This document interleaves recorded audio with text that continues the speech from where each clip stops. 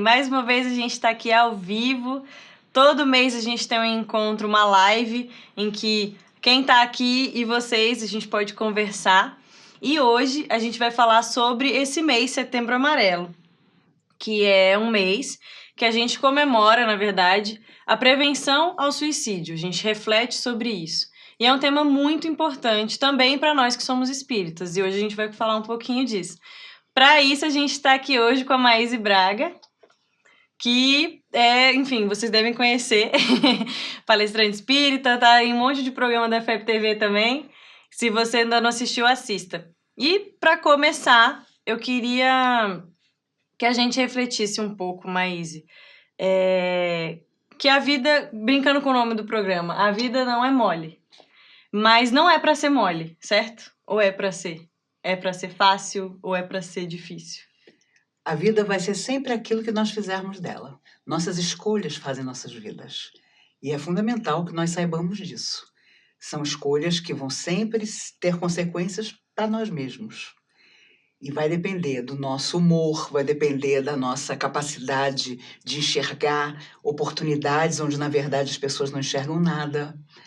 E quanto mais amadurecemos e quanto mais velhos ficamos, é importante que nós tenhamos uma memória positiva, de olhar para trás e poder dizer: eu passei por tanta coisa, vivi dias difíceis como todo mundo vive, mas em algum momento algo surgiu e eu superei e continuei. E isso, mais tarde, na nossa maturidade e na nossa velhice, é muito importante.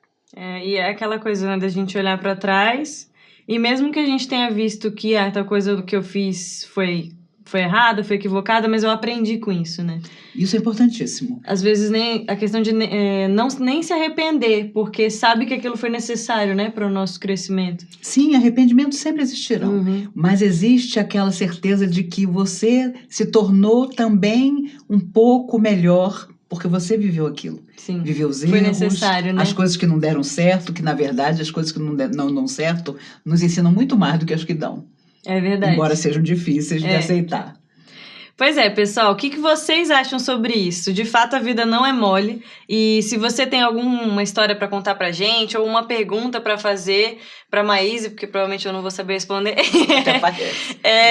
Comenta aí, fala com a gente. A ideia é que seja um bate-papo. Só uma dica, quando vocês forem comentar, comente no vídeo que está publicado no perfil do Minha Nada Mole Encarnação do Facebook. Se alguém compartilhou esse link nas suas páginas e, né, no seu perfil pessoal, é ótimo, porque é muito bom que mais gente esteja assistindo, mas os comentários que vocês fizerem nessas páginas a gente não tem acesso. Então, para falar com a gente, pra gente ler o seu comentário aqui, manda na nossa página, beleza? Qual é a visão do Espiritismo sobre o suicídio? Como nós sabemos que a vida continua além da morte física, que apenas o corpo perece, e há relatos infindáveis de almas que viveram a situação do suicídio, e é claro, o arrependimento sempre existe do outro lado da vida. Porque muitas vezes o suicida considera que a morte, na verdade, vai ser a solução. Sim, vai resolver os problemas. A maioria das pessoas que se mata não crê de verdade na continuação da vida. Então ela acha que o corpo físico perecendo, os problemas estão resolvidos, ela vai cair num longo limbo, no esquecimento, quando em doutrina espírita aprendemos que isso não é verdade. Você consegue continuar, sempre continua, e com um tormento maior, que é de ter tentado se aniquilar sem conseguir. Um arrependimento, né, mesmo? Não há pesadelo maior do que esse. Eu acho que qualquer coisa que você faça na Terra tem uma justificativa. Mas a gente percebe que o suicídio não. Porque ele é realmente assim, a desistência, embora não seja o fim. Porque você vai ter que voltar, você vai passar por um processo doloroso no mundo espiritual. E é tão grave o momento do suicídio que isso fica tão marcado na nossa alma eterna que os espíritos cansam de contar em relatos, nas pesquisas mesmo, o quanto hindus, por exemplo, almas hindus acostumadas à hipnose, a trabalhos assim, são usados no mundo espiritual para ajudar as pessoas com as lembranças que elas levaram para o lado de lá, não só do gesto do suicídio, mas também de tudo que provocou o suicídio. Sim. E a verdade é que o último momento é sempre o da sobrevivência. Então, no último instante, você não pode mais voltar atrás, mas o seu instinto permanece. E esse é um grande sofrimento, Sim. que precisa ser resolvido de alguma maneira no mundo espiritual. E o espiritismo, a gente tem vários relatos em livros, histórias. Tem alguma história que exemplifique esse arrependimento? Não necessariamente só a parte ruim da história, mas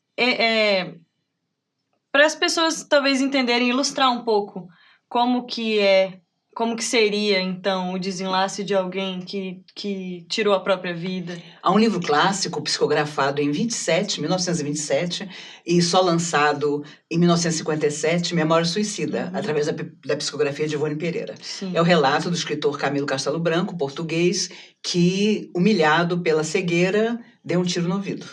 E ele relata, com detalhes absolutos, a sua trajetória fora da matéria. É uma história impressionante, porque narra mesmo o quanto ele precisou aceitar o que lhe havia acontecido como um resgate que ele deveria ter feito e não fez, e ele adiou o seu retorno à Terra por muitos e muitos anos, trabalhando, estudando no mundo espiritual, com medo de voltar, porque sabia que no novo corpo ele vivenciaria de novo a cegueira. Mas eu me lembro de uma história muito bonita de uma mãe do Ceará que perdeu o filho único de 21 anos por suicídio. E ela, durante 2 anos, lutou para ir até o Chico e tentar uma mensagem do menino. Mas ela lia sobre a doutrina espírita e o suicida passava por tanta coisa. Então ela imaginava, ele não vai se comunicar, né? Ela foi. A dor era muito grande, a saudade muito grande. Ela foi e chegou de madrugada e pegou a ficha de número 1. Eram 30 fichas para conversar com o Chico. Ela pegou a primeira. Chegou cedo, Cedíssimo. Mas quando a manhã tinha já clareado, aparece uma mulher, sai de um carro de luxo, desesperada, tinha perdido os 2 filhos num acidente de carro. Aquela senhora do Ceará pensou, meu Deus, essa mãe perdeu 2 filhos. Eu perdi meu único filho. Ela perdeu no acidente de carro, inesperadamente. Meu filho foi embora porque ele quis. E ela então estende para aquela mãe a ficha de número 1. Olha, eu cheguei de madrugada, peguei a ficha de número 1. Fique a senhora com a ficha de número 1. E a mulher, sem nem agradecer, entra na fila e ela volta pro hotel. Desesperada também, né? Ela volta pro hotel. 2 horas da manhã, alguém bate à porta do hotel. O Chico Xavier mandou chamar a senhora. Porque não tem ficha. Impossível, porque eu tinha realmente a ficha de número 1, mas cedi para uma outra mãe. Não, ele disse que a senhora mesmo mandou chamar. Ela foi. Quando ela entra no salão, Chico começa a ler a mensagem. Minha mãe, você sabe, eu não podia estar aqui. Mas quando você estendeu a ficha de número 1 para aquela outra mãe, Emmanuel, o protetor de Chico, foi me buscar. E ele me apareceu na escuridão em que eu estava e disse, o amor de sua mãe me fez vir aqui para buscar você. Vamos lá, porque você vai escrever para sua mãe. E ele dá uma mensagem belíssima, falando do sofrimento que naquele momento, pela primeira vez, ele acreditava que teria um fim, porque Emmanuel tinha ido buscá-lo para que ele pudesse dizer à mãe que a vida continuava. Mas foi o gesto de amor dela na direção da outra mãe que possibilitou isso. Nossa. São histórias muito bonitas, principalmente essas do Chico, né? Tem várias. É verdade. A gente já virou um personagem mesmo, quase. Sem dúvida. Mas a gente já tem alguns comentários, perguntas do pessoal, eu vou ler. O Carlos Alexandre mandou: Perdi meu comércio, estou cheio de dúvidas e o primeiro pensamento foi me matar. Mas conheci a doutrina e esse foi um alívio. Mas os problemas financeiros me afetam muito ainda. De fato, porque na verdade a gente tem que encontrar, a doutrina é uma forma, outras religiões também podem ser uma forma, da gente lembrar que as soluções estão dentro da gente, né, Maíse? Que apesar dos fatores materiais externos, às vezes não estão bem, mas a gente tem que se manter firme, né? Sim, e como ele, quantas pessoas não estão passando pela mesma situação? Me recordo de um senhor, dono de uma fábrica, ele tinha fábrica de casacos e estava falido. E ele planejou o suicídio dele, deixou cartas para os filhos, para a esposa e matou-se. 5 dias depois, estoura a Primeira Guerra Mundial.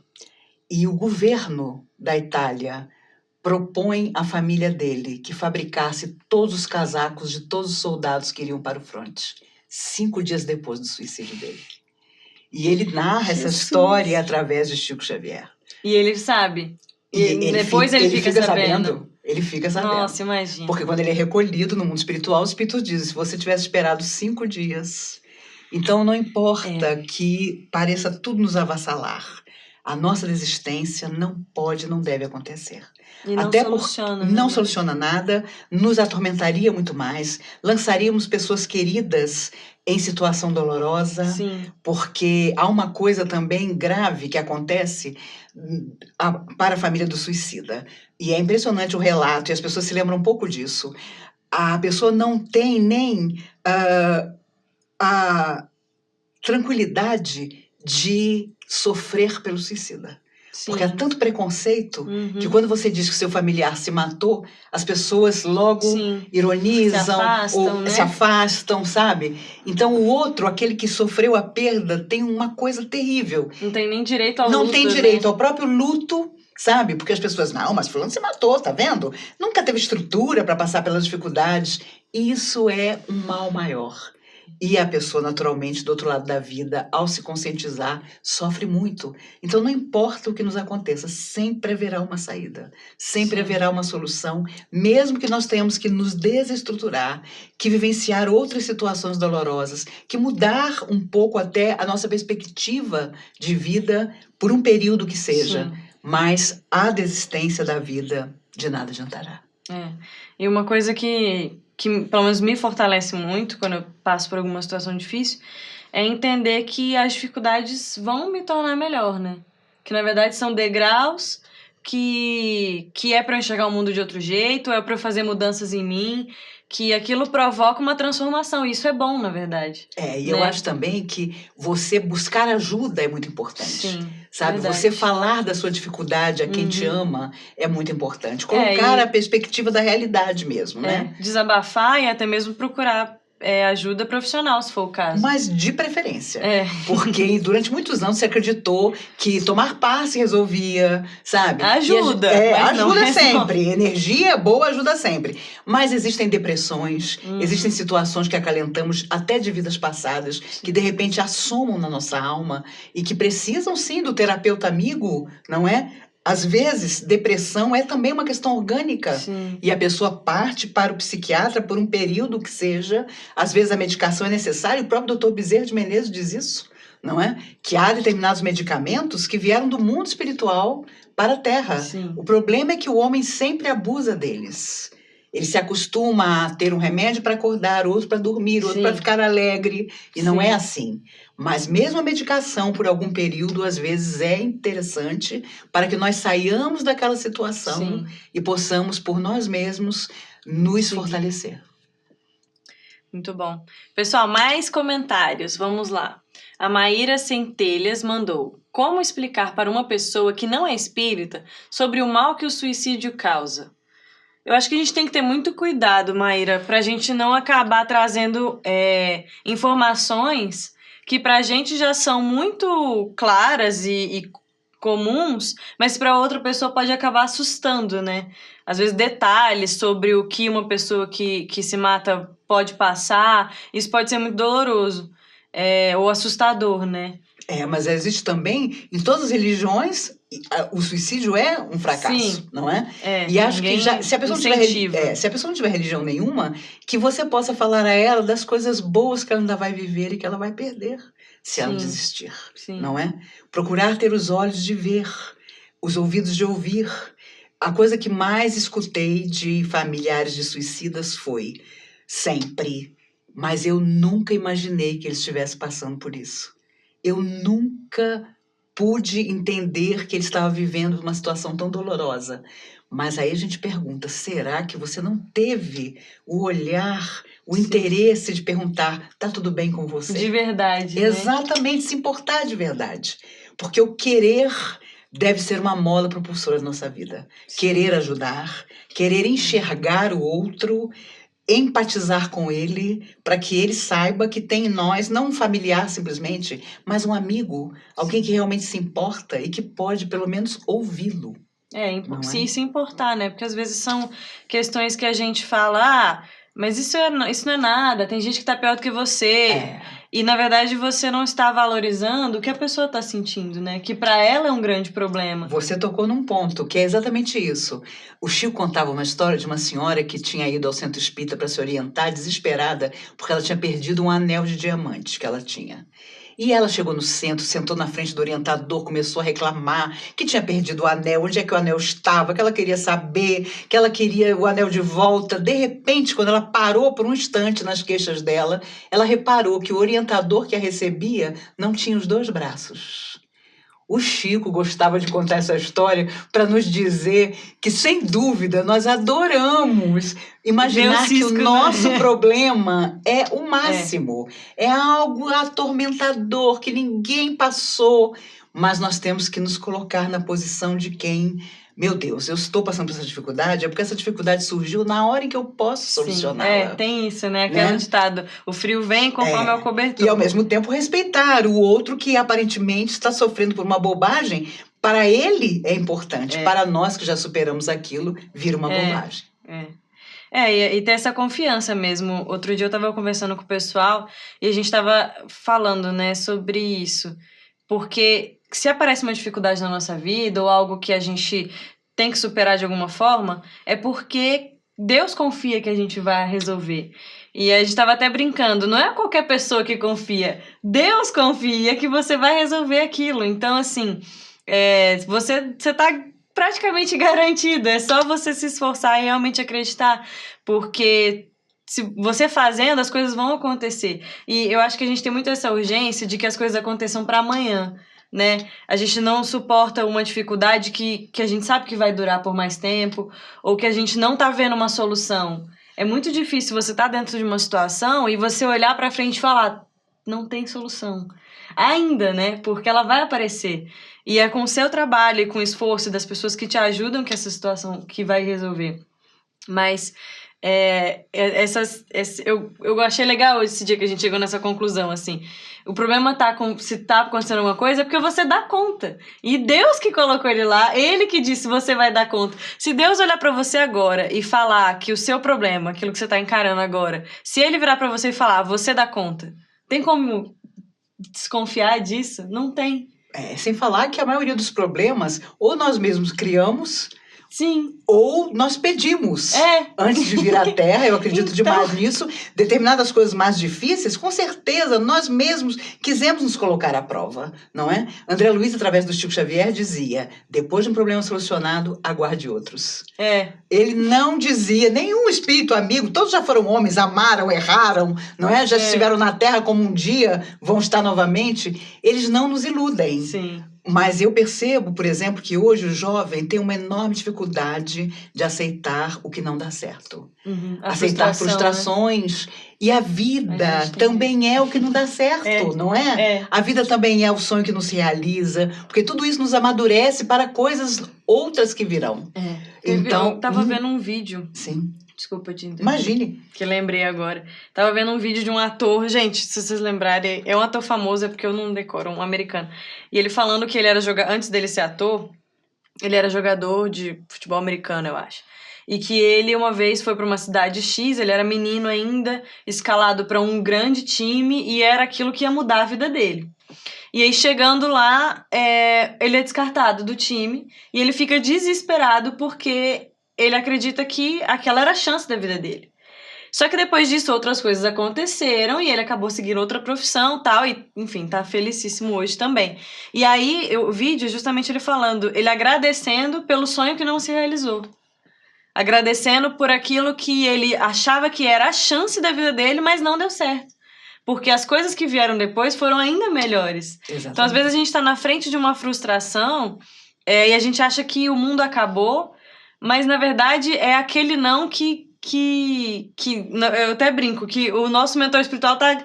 ainda bem que não deu certo, porque se desse certo ia destrambelhar tudo aqui, ela ia pro outro lado. Então, assim, a gente acha que, nossa, meu Deus, era a única chance que eu tinha na minha vida. Mas, na verdade, estão comemorando que a gente não conseguiu aquilo, porque o que a gente tem que conseguir, o que a gente tem que fazer, tá mais na frente. A gente também não veio aqui só para receber as coisas, né? A gente veio para fazer a diferença, para fazer o nosso papel. Para lutar por elas. Então a gente tem que estar num lugar que a gente tem que estar. Se a gente passar num concurso que não é o que a gente tem que fazer, ou ir para uma cidade que não é a que a gente tem que estar, vai estar dando errado, né? Eu vejo muito essa questão dessa fé, assim. A gente tem que acreditar, né, que tá dando certo, por mais que pareça que tá dando errado. Ainda que você não crê em nada, acredite em você mesmo. Isso. Não é? Você é uma vida que precisa ser o mais feliz possível. Porque um dia também vão perguntar para nós se nós fomos felizes. Não é? E é importante que sejamos felizes e nas nossas horas de infelicidade procurar, como uma formiga, guardar energia e criar luzes e pensamentos positivos que mais tarde nos agasalharão. E, é claro, muitas vezes tendo o olhar do outro e ajudando o outro antes que o socorro venha para nós. Não desistir do socorro ao outro. Porque é como você, no fundo, entrar num banco, não ter conta nenhuma lá e pedir um empréstimo. Na nossa hora difícil, nós podemos orar, podemos pedir, mas tem que haver um mínimo de merecimento ou de esperança para que nós possamos realmente obter. Os espíritos contam que há pessoas tão maravilhosas na Terra que elas não podem nem ficar gripadas, porque os espíritos que as cercam vão até as altas esferas do mundo espiritual e dizem: olha, fulano está gripado. Vocês têm que dar um jeito de fulano melhorar, porque fulano é ótimo. Então veja que tem torcida, tem torcida. Gente, não é o caso. Exatamente. Tem torcida de gente que nos apoia e que vai lá e diz: não, olha, a vida dele tem que melhorar. Mas também existe outro lado, da turma do deixa disso, como eu chamo, né? Deixa disso, pra que você vai ser bom? Pra que você vai fazer alguma coisa boa? Fica aí no seu egoísmo. Todo mundo vai montar em você, isso não vale a pena. Já ouviram isso? Já ouvi isso? E sabe, nossa, tem muito isso. Nossa, fulano é bobo, fulano quer ajudar todo mundo. Né? Fulano é fácil de ser passado pra trás. A bondade fica parecendo uma coisa tola que você carrega no coração. Quando ela é, sem dúvida, sempre o fio condutor de todas as coisas boas que podem vir a nos acontecer. E aquele que faz de bobo alguém que está sendo bom, a responsabilidade disso é daquela pessoa e não de quem foi bom, né? Exatamente. As pessoas culpabilizam a pessoa errada. Se você lesou alguém, o problema é seu. Né? Se o outro te lesou, o problema é dele. Fica tranquilo. Exatamente. A Edilane Odete mandou pra gente assim: por que muitas famílias são mais acometidas que outras? É algo que é transmitido? Não, na verdade, às vezes, almas que são frágeis e que têm tendência à desistência se unem numa mesma família, não é? E dependendo da psicosfera daquela família, há sim um contágio de desesperança, de tristeza, né? De vibração mesmo, e de atitude perante a vida que pode sim contaminar, principalmente os mais jovens da família. Por isso, quando você forma uma família, seja de todo o coração, para que você um dia não diga a um filho seu, a um familiar seu: eu queria estar em qualquer lugar menos aqui. Porque às vezes a nossa palavra ou o nosso silêncio inadequado desencoraja o outro. Sim, e ficam marcas. Exatamente. Por um bom tempo. Não vou dizer para sempre, porque a gente sabe que não é para sempre. É verdade, mas por um bom tempo nós às vezes conseguimos influenciar negativamente um ambiente ou às vezes as pessoas que amamos. E aquela relação, né? Exatamente. Fica bem fragilizada. É verdade, é verdade. E ela mandou uma outra pergunta. O suicídio tem perdão? Sempre. Nós é que não nos perdoamos. Talvez sejamos os últimos a perdoar. Os únicos, provavelmente. Porque sempre haverá alguém que nos ame e que entenda o nosso gesto. Mas nossa alma não aceita. Por isso, quando na pergunta 621 do Livro dos Espíritos, Kardec perguntou: onde estão gravadas as leis de Deus? Os Espíritos responderam: na consciência. Para que não importa se com religião, sem religião nenhuma, sabíamos dentro de nós o que era certo e o que era errado. Está em nós. Então, a espiritualidade nos perdoa, os familiares nos apoiam com suas orações, nós somos recolhidos nas regiões do infinito para novos procedimentos, para um futuro retorno à Terra, mas nós queremos as consequências do gesto que praticamos. Então, às vezes, a enfermidade, às vezes as limitações físicas numa outra vida, sempre para nos lembrar E os espíritos dizem que 100 anos, às vezes, não são suficientes para um resgate. Então, há pessoas que depois das primeiras vidas após o suicídio, altamente sofredoras, ainda trazem depressões que precisam ser combatidas e corrigidas, ainda trazem tendência ao isolamento. E nós temos que olhar as pessoas que estão à nossa volta, nossos filhos ou tutelados, observando o que existe neles de frágil, de necessitado, que nós podemos ajudar para que eles não pensem em desistir da vida quando ainda há tanto para realizar. E as pessoas, às vezes é sutil, mas existem esses sinais, né, Maíse? Sempre. O isolamento que você falou. Sempre. Uma tristeza que não passa nunca, sabe? Às vezes até com as coisas bobas. Assim, final de semana tá chegando, o que você vai fazer? A pessoa, nada, não tô nem aí. É verdade. Né? E hoje tem um agravante. O garoto, a menina, dentro do quarto, na frente de um computador, acredita que tem 50 mil amigos, mas ela foge do contato com o outro. Sim. Então, não adianta, porque na hora difícil, o computador, quem se comunica com você através de um tablet, não vai te confortar. Não é? A gente precisa tomar cuidado com isso. Né? É outro tipo de isolamento. Charmoso, moderno, mas problemático. Porque é preciso o aconchego, sabe? A verdadeira amizade. Você se tornar amigo, não simplesmente exigir a amizade alheia, não é? Sim. Nós queremos sempre ser amados, mas amar é complicado. Fazer concessões. Exatamente. Se deixar um pouquinho também. Exatamente. A Cláudia Cristina dos Santos mandou pra gente o seguinte recado. Eu tentei suicídio várias vezes e, logicamente, não obtive sucesso, pois estou aqui falando com vocês. O que pode ter acontecido para eu não ter tido sucesso nessas tentativas? Logicamente, eu só consegui estar viva até hoje por conta do estudo da doutrina e dos trabalhos que faço de caridade no Lar Espírita, o Caminho da Família Unida, aqui em São Paulo. Que felicidade para você ter tentado e não ter conseguido. Não é? Com certeza, no último instante, algo aconteceu sempre para mantê-la ainda no corpo. E você tem um caminho certo aí, que é fazer um trabalho no bem. Às vezes, nós, no fundo, não queremos morrer. E é complicado, porque nós não vamos morrer nunca. Sairemos da morte quantas vezes forem necessárias, da vida jamais. Então, todas as vezes que somos frustrados na nossa tentativa de ir embora pelas nossas próprias mãos, com certeza, em algum instante, a proteção aconteceu. Algo em nós, e a gente no último instante, foi mais importante do que a nossa desistência. É um privilégio, porque nem todo mundo consegue. Então, feliz de você se seguir ainda na tentativa de ser feliz, porque todos nós estamos tentando sempre. E o importante é continuar tentando. É isso aí. A Margarida Saito mandou pra gente. Gratidão direto do Japão. Olha, até rimou.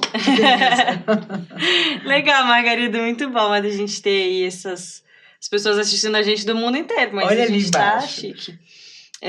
O Rabelo, Saldanha é esse?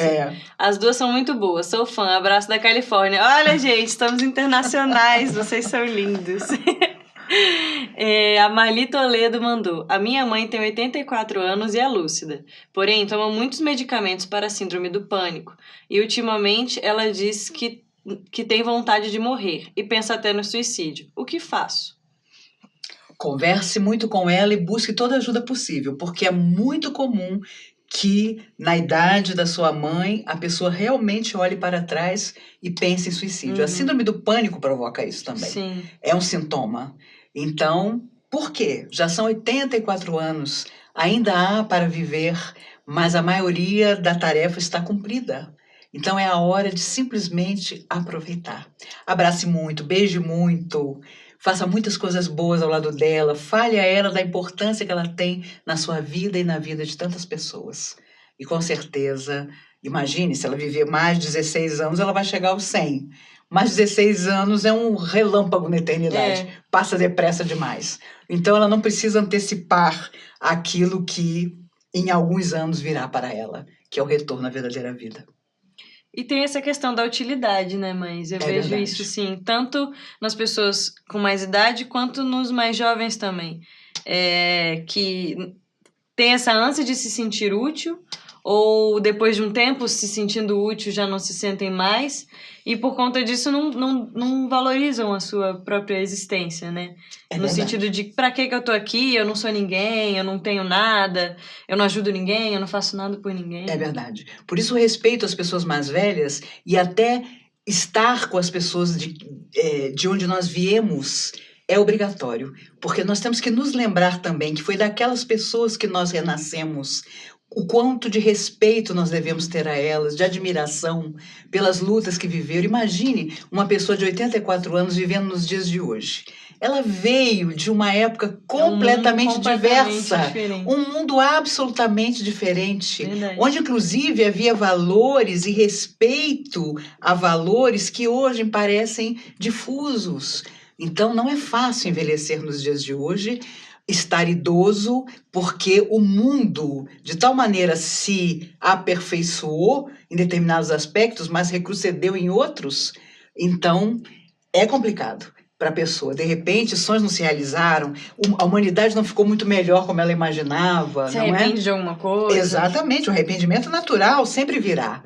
Mas o importante é que essa pessoa seja valorizada pela história dela, ou até pelas coisas que não deram certo, mas ela continuou, Sim. não é? Sim. E familiares e amigos têm um papel importante nisso. Não é? No dia que todas as civilizações, que todos os países amarem, protegerem, respeitarem os seus idosos, o mundo terá mudado completamente. Infelizmente, hoje ainda não é Não, assim. e ainda vai demorar. Bem diferente, O Dilvo Santana mandou: estou assistindo e, claro, adorando o bate-papo. Um abraço para vocês. Um abraço, Dilvo. E o Gessé Queiroz mandou pra gente: o suicídio, quando é causado por influência do assédio, mesmo sendo por ordem kármica, existe uma espécie de socorro imediato por parte dos trabalhadores do Cristo? Somos sempre... Sempre, né? Somos sempre socorridos. O problema é que, às vezes, nós não percebemos, não enxergamos o socorro. E há quem, inclusive, se envergonhe tanto do gesto praticado que fuja desse socorro. Sim, acha que não é merecido, Exatamente. Não tem mérito, né? Há relatos sobre isso, mas ele permanece sob a tutela das forças maiores até que possa ser socorrido. Como a Terra está mudando muito e a psicosfera do nosso planeta precisa mudar, há relatos recentes dos espíritos de que essas regiões de sombra estão sendo refeitas do outro lado, e os suicidas estão sendo socorridos de uma forma mais imediata e urgente, para que possam até retornar ainda no terceiro milênio para novas etapas. Sim.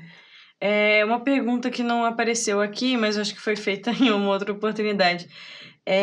Os espíritos que cometeram suicídio, eles sempre têm que encarnar compulsoriamente, ou alguns conseguem, no plano espiritual, fazer uma avaliação? Você citou o caso do... Camilo. Ele adiou o máximo que pôde, mas veio. E cego. Então, os espíritos dizem que há coisas que nós só podemos solucionar na carne, e o suicídio é um deles. Entendi. Por mais que você fique muito tempo desencarnado, e o suicida geralmente não consegue, porque ele se sente abetado pelas lembranças, então ele pede para voltar rápido, assim que possível, numa vida, claro, imediatamente bem dolorosa. Depois as coisas vão amainando, né? Os espíritos contam, por exemplo, que quem tem bronquite asmática teve, com certeza, um suicídio há várias encarnações passadas por enforcamento. E ainda muitas vezes a bronquite asmática é reflexo, ainda daquele gesto de 300, 400 anos atrás. Sabe? Para você ver como... para você ver como... Tem muita gente com bronquite. Não são todos os casos, mas que existem casos, existem. Sim. Então, o nosso corpo renovado ainda traz a alma no seu inconsciente com remorsos em que determinadas tendências a determinadas enfermidades ou a questões, inclusive emocionais, psíquicas, estão relacionadas a suicídios de ontem. E o Espiritismo traz uma categoria, digamos assim, que eu acho que difere um pouco de outras religiões ou de outras explicações, que é o suicídio indireto. Sim. Né? Que é um suicídio que, às vezes, a gente não percebe, que está cometendo, mas que aos poucos a gente... Como é que eu posso falar? Comete. E traz o fim dessa encarnação um pouco mais cedo, abrevia, né, o fim da encarnação. Sim. Que são hábitos, costumes de alimentação. Sem dúvida. Cuidado com o corpo mesmo, sim, né? E a gente tem responsabilidade sobre isso. No fundo, se nós soubermos que o corpo é empréstimo, que é templo divino, que é o nosso carro, não é? É a nossa morada, é o nosso hospital, nós o veremos sempre com mais respeito. Emmanuel contava, através do Chico, que quando você morre, desencarna fumante, você leva 11 anos do outro lado da vida para retirar do seu perispírito todos os elementos de um cigarro. De um cigarro.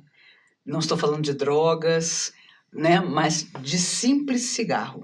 11 anos. Para você tirar do seu perispírito eterno todas as nuances dos venenos de um cigarro que você teve durante toda a vida, o hábito, né? Então, os espíritos dizem que no futuro nós teremos tanta consciência daquilo que não nos faz bem, que nós vamos sempre nos preocupar em evitar aquilo que abrevie ou que prejudique a nossa caminhada na Terra. Porque às vezes você pode durar muito, mas dura com uma saúde ruim, não é? Você fica amargurado, você dá um trabalho danado para os outros e para você mesmo. Então, com o passar do tempo, com certeza nós teremos essa conscientização. Embora haja coisas deliciosas da vida que, infelizmente, hoje os médicos dizem que não fazem bem e a gente vai cortando tudo aos pouquinhos, né? E um dia, através de gelo e alface, nós seremos felizes. Porque acho que são as únicas coisas que não vai só vai sobrar isso. E quando não entrar logo na sopa... de ectoplasma, né? É verdade. O espírito de Luiz Sérgio diz, aproveitem, ele fala brincando, claro, aproveitem na terra, porque desse lado só tem caldinho reconfortante. Aí, galera, já não... Mas é bom a gente ir treinando pro choque não ser assim tão grande. A Miraci Figueiras mandou pra gente. Gosto muito das palestras da Maís, mandou pra você. Imagina, obrigada, minha amiga. A gente vinha conversando antes sobre essa questão de ter as dificuldades, porém isso não ser um motivo o suficiente para desistir, né? E eu acho que a gente pode se basear em histórias de pessoas que tiveram, sim, grandes dificuldades, como você já contou algumas, mas seguiram em frente, né? E eu vejo que dessas histórias sempre tem uma motivação maior. Seja a própria família, ou um sonho a ser realizado, ou assim, a fé em alguma coisa. E não existe receita de bolo, né? Mas a gente tem que encontrar dentro da gente uma motivação para acordar, para fazer diferente. E, assim, ninguém tá exigindo que as pessoas sejam felizes 100%. Isso não funciona, né? Todo mundo tem um dia difícil, uma hora mais triste, problemas que a gente até se pergunta como que eu vou sair daqui.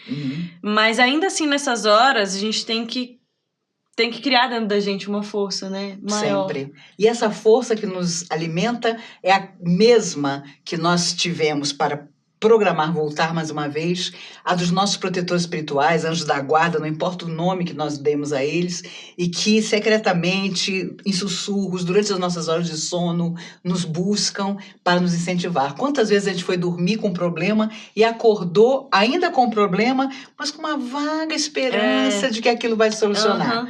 Porque eles aproveitam as nossas horas de descanso para estar conosco e para dizer, vamos caminhar um pouco mais. Sem falar que, às vezes, as pessoas mais chegadas a nós são as que nos tentam desanimar. E é preciso cuidado com isso.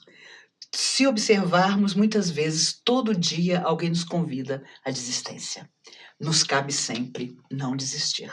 Se os grandes homens, os grandes cientistas, os pesquisadores, aqueles que trouxeram progresso para a humanidade, tivessem desanimado, nós ainda estaríamos na Idade da Pedra. Não é mesmo? Então, as futuras gerações e esses jovens de hoje, essas crianças que estão voltando, com certeza farão a Terra muito melhor do que ela é.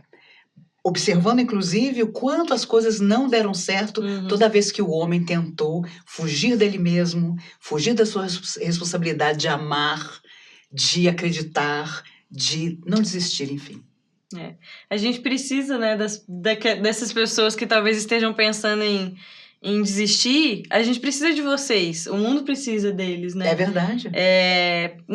Ninguém veio aqui por acaso, ninguém tá nesse momento de uma fase de transição, em que a gente levanta tantas crises, né? Parece que pega o tapete com aquela poeirona e balança e não vê mais nada, mas todo mundo que tá encarnado aqui agora com a gente tem uma necessidade, tem um motivo, a gente precisa de vocês aí.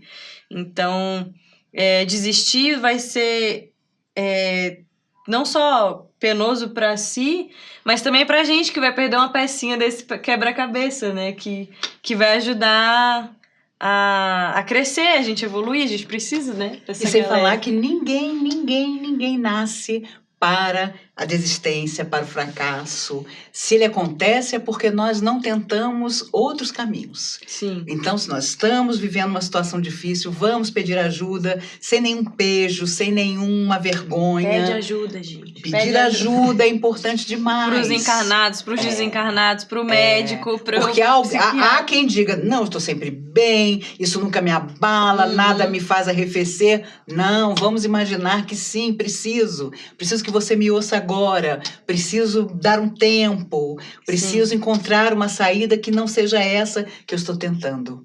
Na década de 40 e 50, havia um grande ator de Hollywood chamado Montgomery Clift. Era um homem belíssimo, ele sofreu um acidente de carro, seu rosto ficou todo retalhado. Naquela época não existia a plástica que existe hoje, e ele entrou no processo depressivo, passou por várias cirurgias, mas não tinha, obviamente, mais a beleza de antes, e isso em Hollywood era o fim. Durante 2 anos, ele ficou internado num hospital sem receber uma visita. Ele era muito amigo de Elizabeth Taylor. Nem a ela ele aceitava que o visitasse. Ele não deixava que Ele não deixava ninguém se aproximar dele. Ele ficou internado no hospital por 2 anos à base de remédios, recusando-se à realidade. Um dia a enfermeira disse para ele, o senhor sabe, tem um rapaz que todo dia vem aqui para saber do senhor. E ele começou a ficar curioso, quem seria essa pessoa? E a moça dizia, a enfermeira, eu tenho tanta pena, ele não desiste, ele vem todo dia e passa aqui só para saber como o senhor está.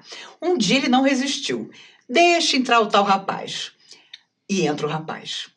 O rapaz se aproxima dele, ele deitado na cama, com aquele sofrimento que já se arrastava, e diz para ele, eu vim lhe dizer que você tem que sair dessa cama, você tem que retomar sua vida, porque eu me espelho em você. Eu estou fazendo curso de teatro. Eu quero ser ator e você é o meu ídolo. Saia dessa cama, porque eu preciso que você recomece a sua vida. Não desista. Ele ficou tão impactado com aquilo que passou a receber a visita do rapaz diariamente. Pediu aos médicos alta. Os médicos nem acreditaram. Ele estava internado ali há 2 anos, não queria ir para casa. Ele vai para casa, ainda faz alguns filmes, mas se viciara nos remédios e veio a falecer por isso. Mas o jovem que nunca desistiu de cumprimentá-lo e que foi dizer a ele que ele não podia desistir era Marlon Brando, que seria o maior ator do século XX. E ele morreu vendo Marlon Brando começar, mas não conheceu o auge desse extraordinário ator. Mas que tão rapazinho, ia lá diariamente. Um dia disse a ele, não desista, saia dessa cama, porque eu preciso do seu exemplo. E a gente tem que falar isso para as pessoas que a gente ama, né? Sem dúvida nenhuma. Que a gente precisa delas. Exatamente. E a gente precisa delas bem. Exatamente. Não no sentido de cobrar, porque às vezes quando a pessoa tá mal é até ruim, né? Você falar, não, eu preciso que você fique bem, porque senão eu não dou conta. Mas no sentido de incentivar. Você é importante para mim. Você não é só importante para você mesmo, para a vida, você é importante para mim. Imagine como eu ficaria sem você. Como a vida ficaria sem você. Não é? Temos mais um comentário. O Gessé Queiroz mandou pra gente agora. A tendência suicida pode ser decorrente da influência de espíritos trevosos? E indo mais além, um médio ostensivo que não trabalha pode ser obsediado ao ponto de tirar a própria vida? Qualquer um de nós pode ser obsediado a ponto de tirar a própria vida. Embora já tenha ouvido muitos relatos de pessoas que chegam ao centro espírita e dizem assim, olha, tem um espírito suicida do meu lado há dias. E eu sempre digo, impossível. Porque se um espírito suicida está ao seu lado há 24 horas, você também se mata. A energia é tremenda. Mas a gente que faz essa vinculação, né, Laís? Exatamente. Então, seja médium ostensivo que não desenvolva ou não, se você procura psiquicamente, energeticamente, pela sua emoção, o que não é belo, o que não é nobre, o que é difícil, o que é invejoso, o que é egoísta, com certeza não só suicidas, talvez nem um suicida, mas almas sofredoras, Sim, sem irão dúvida, sofrer. te acompanharão e tentarão muitas vezes desanimar o seu coração. Porque a grande inveja que hoje as almas fora da matéria têm é o fato de nós ainda estarmos na matéria. Aham. Ainda termos um corpo Sim. e ainda termos um destino na Terra que está em nossas mãos. Quando para muitos deles não haverá mais possibilidade de retorno ao nosso planeta Terra, porque o planeta também evolui, e como eles se recusaram a isso, com certeza serão levados a outros mundos que não serão como a Terra. Sim. E já aconteceu outras vezes, né? Os espíritos contam que Leonardo da Vinci era um exilado de capela e por isso ele desenhava coisas impossíveis para sua época e sua alma sofria, porque ele se lembrava de que ele já tinha vivido num Sim. tempo, Eram conhecimentos num de outro... planeta onde tudo aquilo que ele colocava no papel era comum. Então, existe sempre sofrimento quando você não cumpre a sua tarefa. Seja você um médium que precisa desenvolver, e todos nós somos médiums no nosso dia a dia, nos nossos relacionamentos, não só dentro da casa espírita, mas principalmente as nossas escolhas estão relacionadas a quem nos acompanha. Tem sempre aquele ditado: diz-me com quem andas que eu te direi quem és. Sim. E eu digo: diz-me quem você é e eu vou dizer quem anda com você. Sim. Porque as são as nossas afinidades, atitudes, sem né? dúvida nenhuma. E a responsabilidade continua sendo nossa, né? Sempre, sempre. As escolhas são Mesmo sempre que- nossas, não é? É claro que nós adoramos culpar os outros. Ai, mas é a coisa mais confortável do mundo. A culpa é minha, eu boto culpar ela os onde eu outros, quiser. entendeu? Exatamente. É ficar no cantinho, como eu sou sofredor, como Deus me esqueceu, como nada dá certo para mim. Isso é fácil, é tranquilo e é confortável, mas não é real.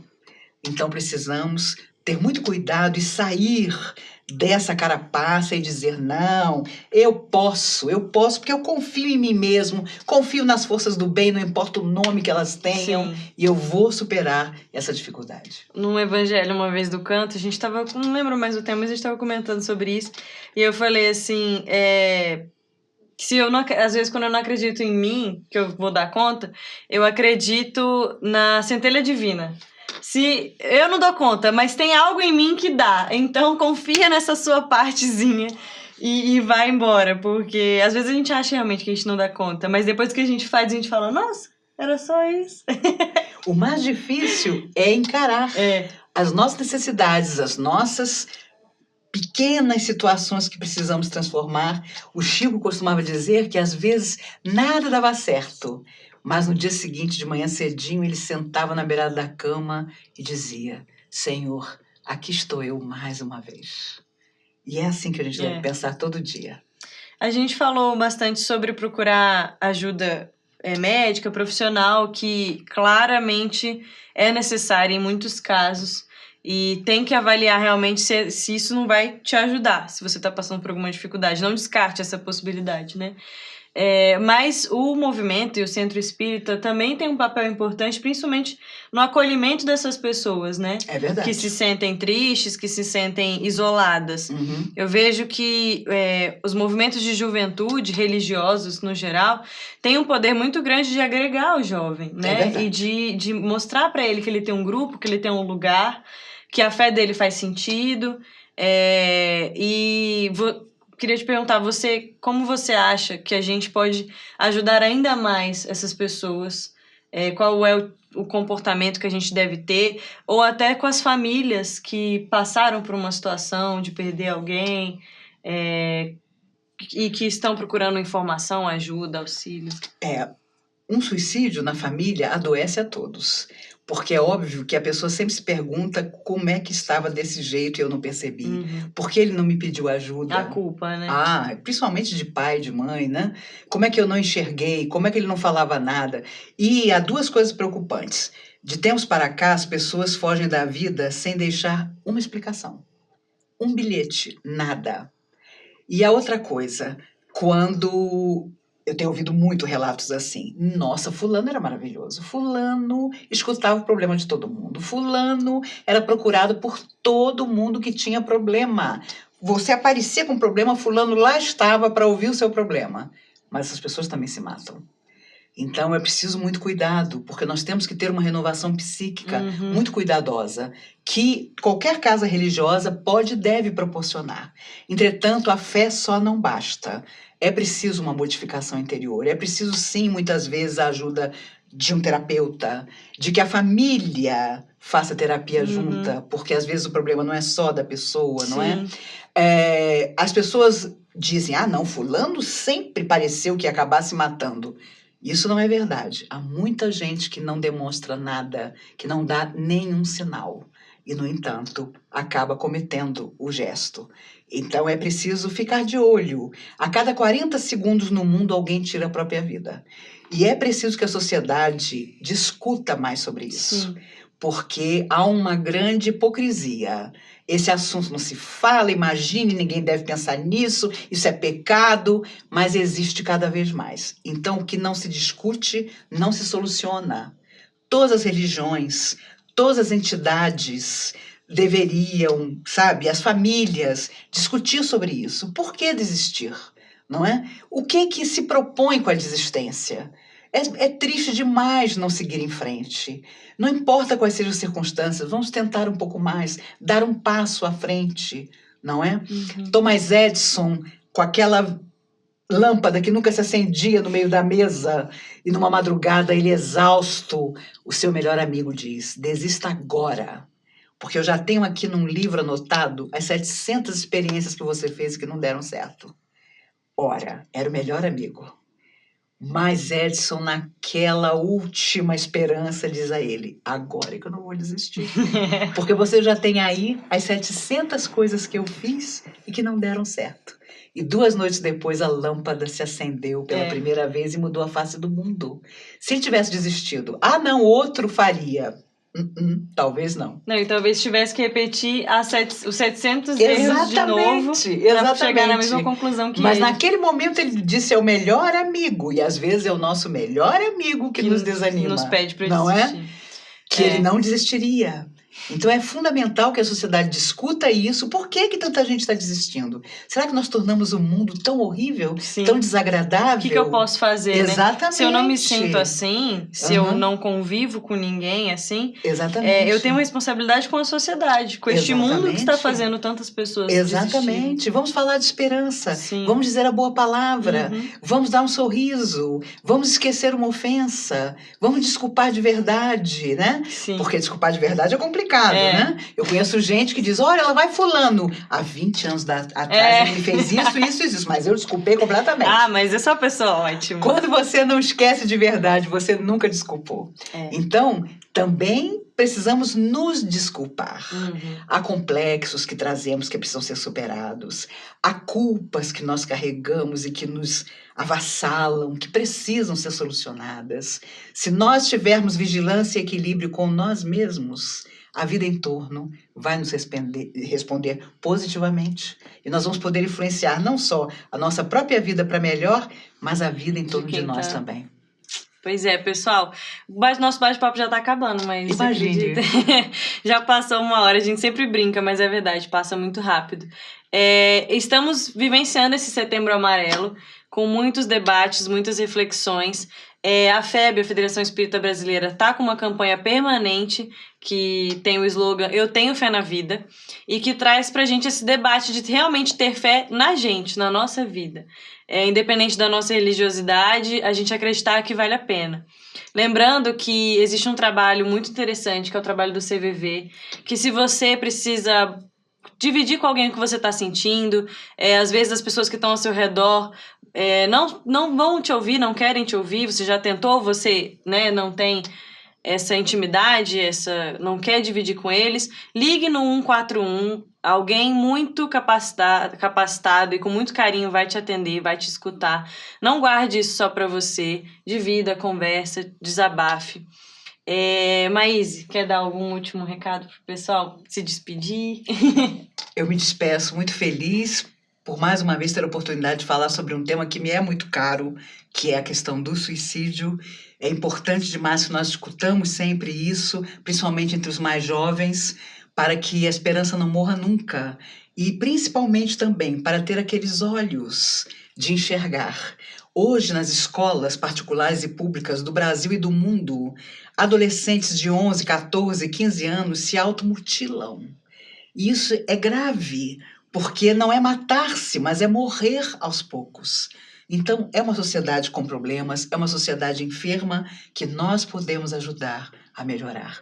Não desistamos, porque nós nem começamos ainda a modificar tudo que precisa ser iluminado ainda na Terra e dentro de nós também. É isso aí, pessoal. Reflitam sobre esse papo. Se quiser, mandem mensagem depois. A gente vai tentar responder todo mundo. Mas lembrem-se, vocês são importantes, muito importantes. Ninguém está aqui por acaso. Se as coisas estão dando errado agora, persista, porque pode ser que a próxima tentativa seja a tentativa. Então não desistam mesmo, contem com a gente e vamos continuar vivendo. Esse vídeo vai estar disponível aqui no Facebook assim que a gente encerrar a gravação. Se você conhece alguém que você gostaria que visse esse nosso bate-papo e que não pôde estar ao vivo, manda o link para ela. E depois ele também vai para o YouTube, que fica mais fácil ainda das pessoas acessarem. Então, queria agradecer a Maíse Eu que agradeço. por esse bate-papo, pela presença. Imagina. E agradecer vocês que participaram, que assistiram, que divulgaram para os amigos. Muito obrigada. Semana que vem, quer dizer, amanhã tem vídeo novo no vlog. E, inclusive, Maíse, amanhã tem um outro ao vivo do Entre Dois Mundos. E o tema é culpa. Que beleza. O sentimento de culpa, né? Então, que eu acho que casa super bem com algumas coisas que a gente falou hoje. É verdade. Se você quiser saber mais, amanhã no mesmo horário vai ter ao vivo pela FEB TV. É isso, pessoal. Beijo e até mais!